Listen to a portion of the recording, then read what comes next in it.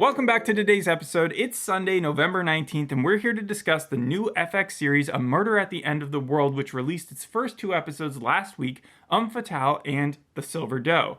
It's about an evil, eccentric billionaire who invites a select group of individuals to an isolated retreat in Iceland for 5 days. Someone ends up dead. Our main character decides they need to figure out what happened. It just sounds like Glass Onion. It does sound like Glass Onion. It sounds like Murder on the Orient Express. Mm-hmm. It sounds like any sort of mystery where like a bunch of rich assholes come together. They can be geniuses or they can be any sort of sphere of, and then they just start dying off one by one, and you have a Sherlock type character who comes in to save the day. Someone who's just very aware they're a detective or some common theme of mystery. And that someone in this show is Darby. Darby, it's interesting because the show actually made me want to travel. That is what I got from A Murder at the End of the World. Yes, Iceland is one of the places, but it kicks off actually in New York. And so there's this hooded figure, it's Darby. She's walking around in the middle of the night, and she makes her way to this mysterious bookshop in New York City. The name of the actual bookshop is The Mysterious Bookshop, and it's a real place.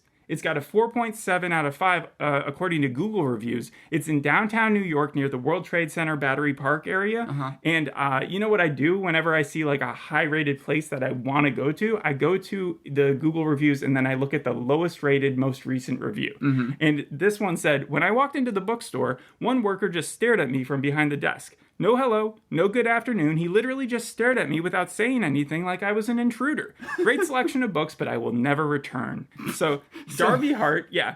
So they liked the visit, they just didn't like the person staring at them. Yeah, I didn't know that they shot it looks like a cozy shop. They shot a little bit in New York. They shot a lot in Utah. They shot a lot. Yeah, I had Utah, New Jersey, and Iceland. Those were the three main places. But this was definitely a real bookshop called The Mysterious Bookshop. And she goes in there, and they're doing a book reading for this other author named Otto. But then she's called up to do a book reading. And we're not led to believe that she was an author at first because she's dressed like Mr. Robot.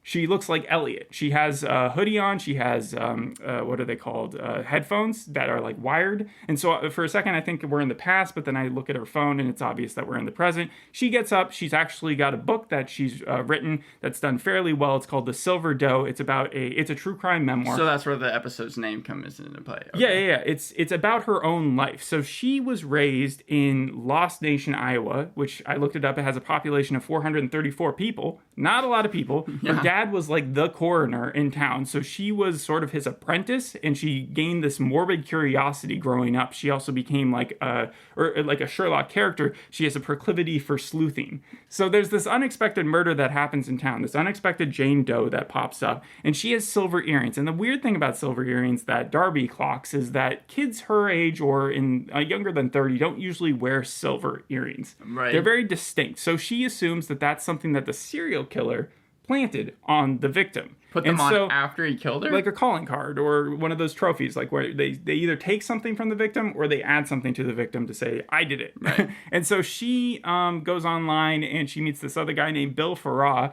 who later on becomes Fangs, kind of a Banksy type character. And there are a couple of ne'er-do-well amateur sleuths who just like go back and forth. They break into the FBI database to try to figure out where the serial killer is from, and they track him down. So Darby's in New York, she jumps to the back of her book. She's at the ending of her book, and she's doing a reading from there, even though she's not asked to. And so she's jumping to the part where they found the serial killer's location. Wait, who would read the twist, at least, when they're giving a presentation of their book? Well, I like the way that they presented it, because she gets up there and she's like, they told me not to do this, but I'm going to do it anyways. So she's already met Bill at this point. They're in Utah together. They're in this place, Wayne County, Hansville, Utah, Whispering Sands Motel. You can tell they've only met a few times, but Whispering Sands Motel is a real place. And it's got a 4.4 out of 5, and it's close enough to the serial killer that they're staying there. But when I looked up the review for the worst one most recently, it says, the tub doesn't drain, the AC doesn't work, and neither does the cable TV.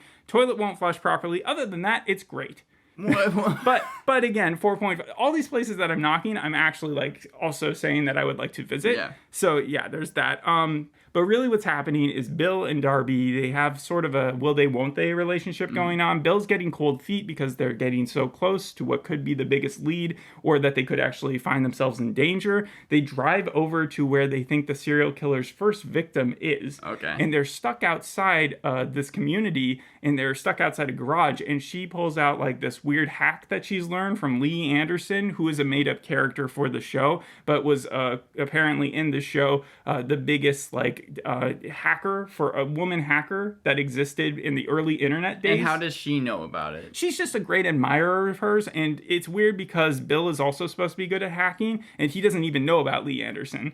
This all comes back into play later, otherwise I wouldn't be bringing it up. Right. She uses Lee Anderson's hack to open all the garage doors in the area. She only intends to open the one that she's in front of, but it ends up opening all of them. They go inside. They go downstairs. That's very much Mr. Robot style, because in episode 6, when Mr. Robot is trying to open up the prison cell, he just decides to open up all of them when he's trying to let that one person escape. Yeah. Yeah, that's a great comparison. And so they go downstairs. Think of what was that movie that came out this year? The obvious, The Barbarian. Parasite. So The Barbarian, they go down into the basement, then they go John Wick style. They start beating up the concrete there because they think there might be a body buried there down there. Then they realize there's not. They fall asleep. The next morning, there's stuff going on upstairs, but they ignore it. Instead, they see that the staircase leading down into the basement, that it looks like it was not constructed very well, that it was constructed most recently. So they open that up, and then they do find the first body. But then that's when, because they've destroyed the staircase, they can't get back upstairs. Right, so they're just stuck down there. And that's when the door opens from the actual house, and there's a guy with a gun, and that's when they start listing off all the victims, because they realize they're in trouble and they're probably about to die anyway. So they're just like, I don't know. This is like a poetic justice type thing. But just a question: you're saying what they did was they drove to where the serial killer lives, right? Yes. That's like 3 billboards outside Ebbing, Missouri. If they weren't able to actually kill the guy that they wanted to. And we assume that it's the serial killer who opened up the basement door leading down. He has the gun. He's pointing at them, and then last thing we see before she stops her reading is that Bill is about to get shot. Right, okay. So we don't know what happens with that. Oh, wait, is that where the episode ends? No. That's like the first 10 minutes. Oh. Okay. So then she's done with her reading, and she starts getting asked questions like why she dedicated the book to Lee Anderson. And she answers that question. She's just like, I really admire the lady. And apparently she ended up marrying Andy Rosnan, who is Elon Musk. He's played by Clive Owen. He is the big king of tech, as they put it. Mm-hmm. He's got a kid named Zoomer, which, again, is another knock at Elon Musk, because I think he has a kid named Techno Mechanicus Musk. And so she goes back home, and then she's invited by an AI computer to join this whole group to go with Andy Rosnan and meet Lee Anderson, his wife, in an unknown location. Right. The creators of the show said that there were 2 things they wanted to adjust. 1 was the climate crisis, and 2 was how far AI has gotten and where it will go in the future. Okay, yeah. She eventually accepts the invitation, and she meets all these other people on this private jet, and they don't know where they're going. But then we as an audience find out that it's actually Fiot Valley in northern Iceland. There's only one. It's like if you think of Iceland as a luxury trip, this is the ultra luxury, because if you look up Fiot just by itself, it's also called Depler Farm. The first thing that pops up is a Forbes article that says why Iceland's Depler Farm is the perfect remote vacation spot this summer. Okay. So there's one hotel there that's called 11 Depler Farm. So I'm expecting them all to go into that place, but instead they go to a CGI hotel that's ultra rich and famous that they created just for the show. But all the characters who have been invited are tech geniuses, or those who are on the top of their fields, have something to do. It's kind of like a Davos community where they're trying to fight climate change, and that's what Andy Rosnan wants to do. But Andy Rosnan is presented as, again, eccentric, as a bit crazy, very controlling. Here are the names of the 9 people they've invited, right? Okay, so there's 9 of them. All right. There's 9 of them. Ziba, she invented some sort of end-to-end encryption. And then there's Lu Mei, who invented smart cities in China. There's David Alvarez, who's a big venture capitalist asshole. There's Martin Mitchell, who was the first person I recognized in the show, because I had just seen The Blackening a few days ago, and he played the Urkel type character in that. Yep. And he also was the nicest one out of the invitees to our main character, Darby. So he sees her, and he's like, I'm reading your book. You're like Gen Z's Sherlock. And so he he hits the nail on the head right there. Then you also have Oliver, who's in charge of this deep fake app and all these robotics stuff that he does. Sean Cruz, who eventually, she started off as a doctor and then eventually became an astronaut, and now she wants to colonize the moon. And then once the private jet has landed and they've all gone their individual hotel rooms, once they get there and they're sitting at the dinner party, that's when Bill shows up.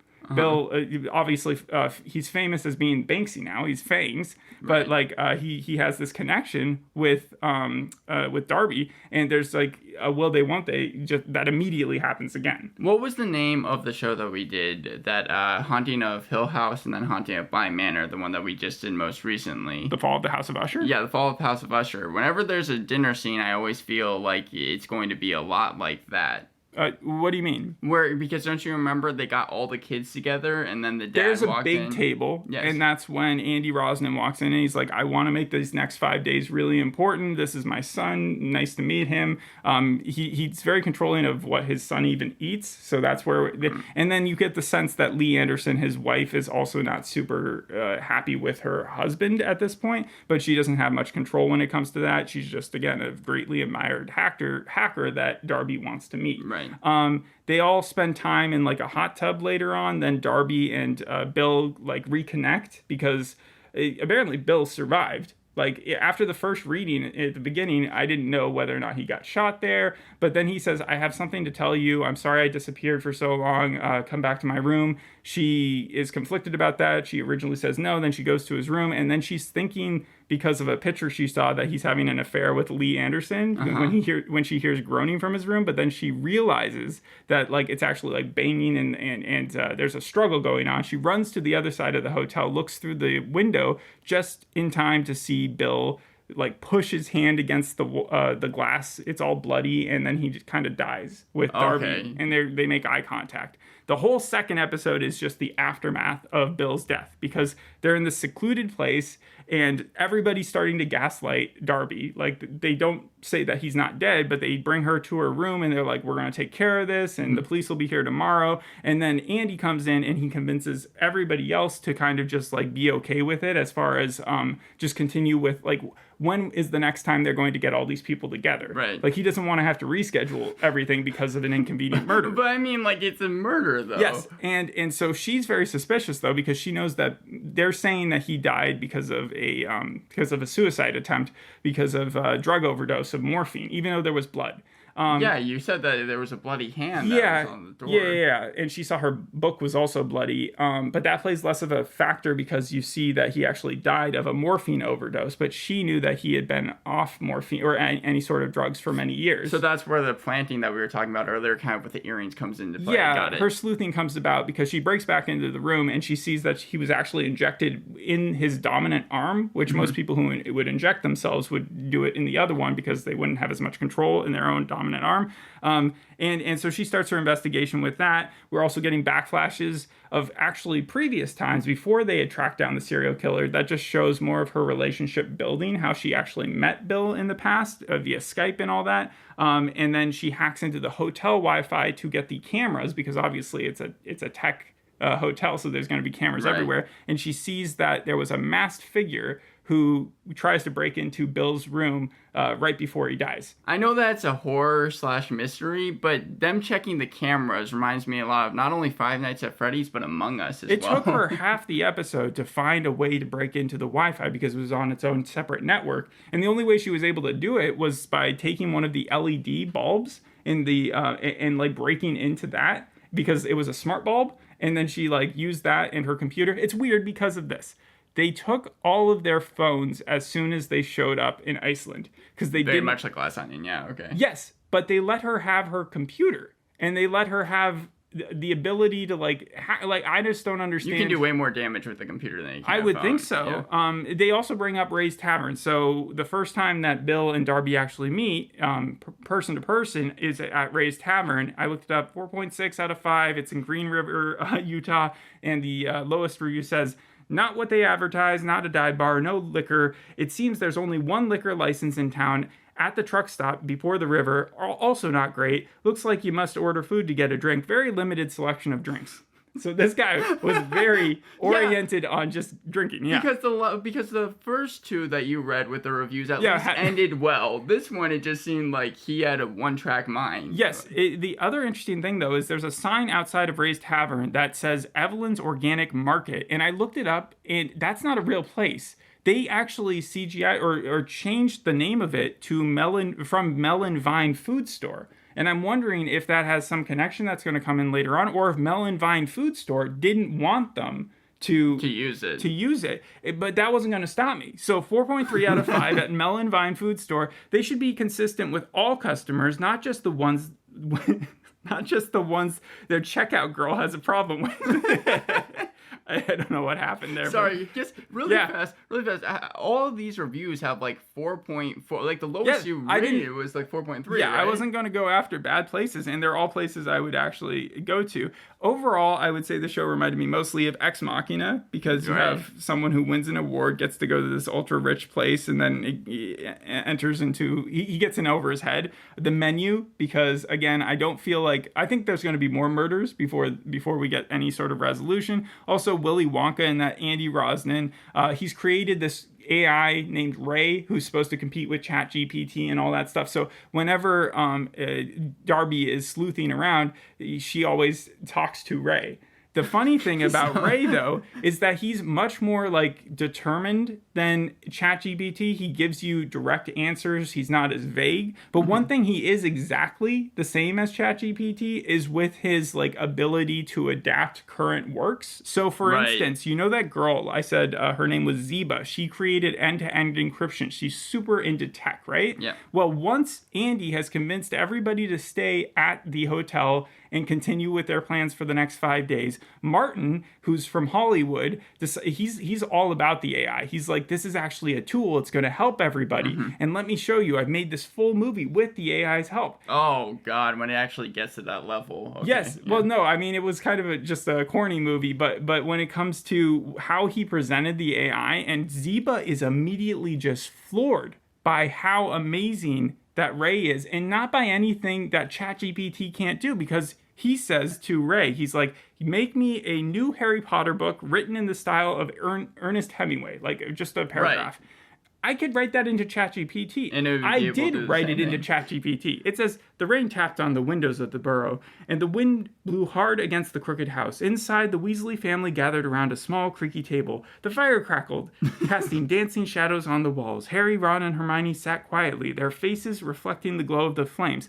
There are things Ray does in this series that ChatGPT cannot do yet. He's able to tell Darby things about, like, without any sort of extra details about the human body, so that she's able to tell percentage-wise, like, how many people inject themselves in the arm for when they're getting high and stuff like that. But like, it just surprised me that someone who is so into tech would be surprised by Ray being able to do something as simple as write something in the voice of Ernest Hemingway. There were a few more cons. The familiar tropes that it's playing at. Ultimately, this is just a murder mystery. It's a guy with a mask running around. I'm not sure how compelling that is. You also have some shitty medical advice that's going on. Like, when she finds the dead body, right? When she finds her friend is dead, she's given sleeping pills by the security staff, who then tell her that it helps her heal, like if you fall asleep immediately, which every study on PTSD over the last 10 years has kind of said the opposite. They said that sleep deprivation actually helps not congeal those memories. But it makes up for it in the coroner scenes when they do find the dead body, that Jane Doe, and you see her dad like diagnosing what was going on, and they talk about the hyoid bone and how it wasn't broken yet, or how it hadn't like calcified yet, so it was from a younger person. And then also the sciatic notch, and how they were able to tell that was a woman versus a man. Like, they were getting all those terminology right. This isn't really supposed to be scientific. I feel like this is just supposed to kind of focus on the murder, right? Fine. So the other con that you can say, and that you can't really fight against, is that her actual accent came out, especially during the hot tub scene. Right. It was weird because, like, I was like, she's supposed to be from Utah, right? And then suddenly you could tell she was British. And due to that, do you know where she's from? Where Emma Corrin is from, who played Darby Hunt? I think I read that she was in what was it, The Crown? Was she Diana in The Crown? Princess Diana. She's also going to be in Deadpool 3. She was also in Pennyworth season 1, so no episode that I saw. She got so much acclaim for how she did in The Crown that people were upset when she got recast in the next 2 seasons for that other older Diana. Right, and the creators even went to her and gave her the first 3 scripts before a meeting, and then automatically hired her the second that she hopped on Zoom. She got the part with a snap of a finger. It also did that very common thing where the hairstyles from 7 years ago were drastically different than they are now. Like, she had almost huge bangs back in the day, and then now she just has a normal haircut. There are certain themes that are repeated in the show that I did like. The color red, extravagance, and books. So there was a library on the jet. There's bookshelves all over the hotel. The first scene that we get is in a library. Books.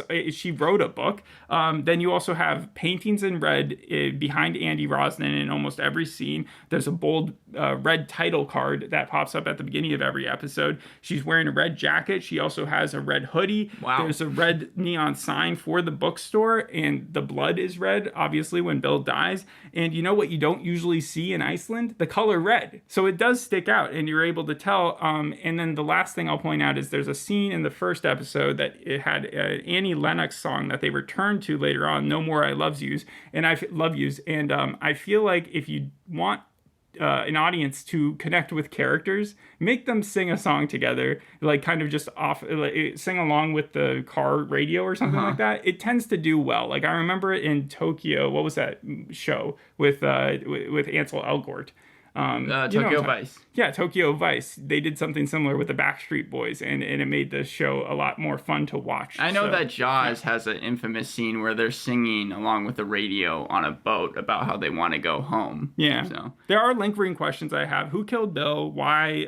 What was the secret that he wanted to tell Darby before he died? And then how did he survive? How did they both survive the basement? And then my only lead so far is that I don't trust Lee Anderson. Darby is 100% in her camp right now, but I think that Lee Anderson is probably the person who is even less likely to be good than her husband, Andy Rosnan, because right now she's being presented as a victim. And it's so early in the show, I don't think they would tell us the truth. Do we know why it's called Murder at the End of the World? Well, think about it. Like, they're in the middle of nowhere, in like the far off place in the middle. Like, it's so far seclusion wise that it feels like it's the end of the world. Well, you saying that it's true. The first day on set, the crew took snowmobiles as set because they were shooting on a frozen lake, and then the person who played Lee Anderson, Brent Marling, got hypothermia the first day because of how cold it was. Not to mention that a lot of the cast and crew ended up getting COVID-19. Oh, that sucks. Yeah, so it was cold. It was hell to shoot. I would still though love to go to Fiyot Valley. Like, that sounds like a great place. That Deppler Farm. It does have a 4.7 out of 5. That hotel that I'm not going to be able to read the bad review for. The funny thing is that I thought there was going to be more of a connection with the OA. Yes. So the main character, or Lee Anderson, is from the OA, and then it just had sort of a tone of it. And the bad guy in the OA was played by Jason Isaacs, and he is very much sort of like a Clive Owen type. Yeah, no. So it probably comes as no surprise the creators of the OA are the people who made this. Do you know how much of a cultural impact that show had? I always thought it was just like a show that was canceled after 2 seasons. Yeah, but it acquired a huge fan base. That doesn't mean it was a cultural impact. But in 2019, it was canceled after the 2nd season, and there were flash mobs around New York where they were recreating the dance, and then they were even picketing outside of Los Angeles The dance could bring people back to life, so that's why they were doing it, if they actually believed in that stuff. But like the story was very reminiscent of people wanting more Friday Night Lights, like when people were sending in light bulbs. I'll give you a more recent example is that Netflix just canceled Shadow and Bone, which has 2 seasons. It was very popular among a certain group, and kind of like 1899, like they did last year. Yes, like 1899, because the OA had a mapped out 5 seasons, and then it was cut after season 2. I'm pretty sure Shadow and Bone had like a very long storyline that it wanted to go into. Even after the OA was canceled, major publications, Collider, NME, The Ringer, said that it was one of the best shows of the 2010s. BBC Culture said it was one of the best of the 21st century, and Empire rated it as one of the best shows of all time. It's very alternative. Like, in the 2nd season, they went so far away from what they were doing in the first. Like she ended up going into weird parallel worlds, and like there was it was up to interpretation how you were supposed to believe what you were seeing. So I don't even know where to go with that. That's so different than this. This is by the book, it doesn't seem like we have any supernatural thing going on here. It seems like there is an actual murderer where we're going to track down exactly who and why they're doing it. I know Britt Marling said, when you think about fictional female investigators in their 40s or 50s, you think True Detective Marcella or Mayor of Easttown. I want to know, did any of those shows remind you of this at all? The main character, Darby, she's mistaken for being super young. So it's not... Those other characters were, especially like the Happy Valley and Mayor of Easttown. Like the joke there is that they're like over the hill almost. But this character is the Gen Z detective, right? Yeah. And so she's going to have a lot more energy. I did find it funny that her book, the cover of it had the interesting earring that because it's called the Silver Doe and the silver of the earring. But it looks like the cover of the Incognito book that I'm a big fan of because it even has the yellow and the face sculpting and stuff like that. Yeah, whatever. So what would you give the show overall, out of 10? Let's see. What is it? The first episode's better than the second one. I would probably give the first one an 8 and the second one between a 6 and a 7. So I will end up giving it probably just a 7. So Britt Marling, she was maybe the main... 6 to 7. Yeah, okay. Yeah. So Britt Marling, she was the main role in Babylon, and then as well as the co-creator and co-writer of the OA. She was the one to direct the first episode, and then the other creator, Zad Badminglij. Wow. Yeah. Okay. He directed the second episode. It's gotten good reviews. It has a 7.6 on IMDb, around 1,500 reviews there, and then 87% on Rotten Tomatoes. Critic score, audience score 92%. Okay. And Variety said the themes outlined in the series are immense and haunting, and it seems like everyone is just really big fan of the I don't know if tone. it's haunting. With Ray, that AI, he's kind of goofy. Like he shows up sort of like Pokemon Go, where you raise up the phone and you can see him. Like he's actually a projection. He is also reminding me a little bit of like goofiness of the James Corden guy from Superintelligence. You remember when like it was in charge of everything? Yes, right. Yeah. Like it feels like Ray. He's not going to be the villain, but he's definitely going to be like the corny sidekick that's going to be there the entire season. I know that RogerEbert.com was one of the few negatives reviews I could find. It said, it isn't enough in the dull middle episodes of this mystery miniseries kill its initial promise. Haven't seen those, so okay. I can't agree or disagree. The series is going to be 7 episodes. It's limited. There's not going to be a second season. This is only going to be one season. That's good. And it was originally supposed to be aired like late August, but because of the SAG strike, it ended up having to move. So all right. That's about all That's all you got. Thanks for listening. We'll see you on the next episode. Hope you enjoyed this one. Bye. Bye.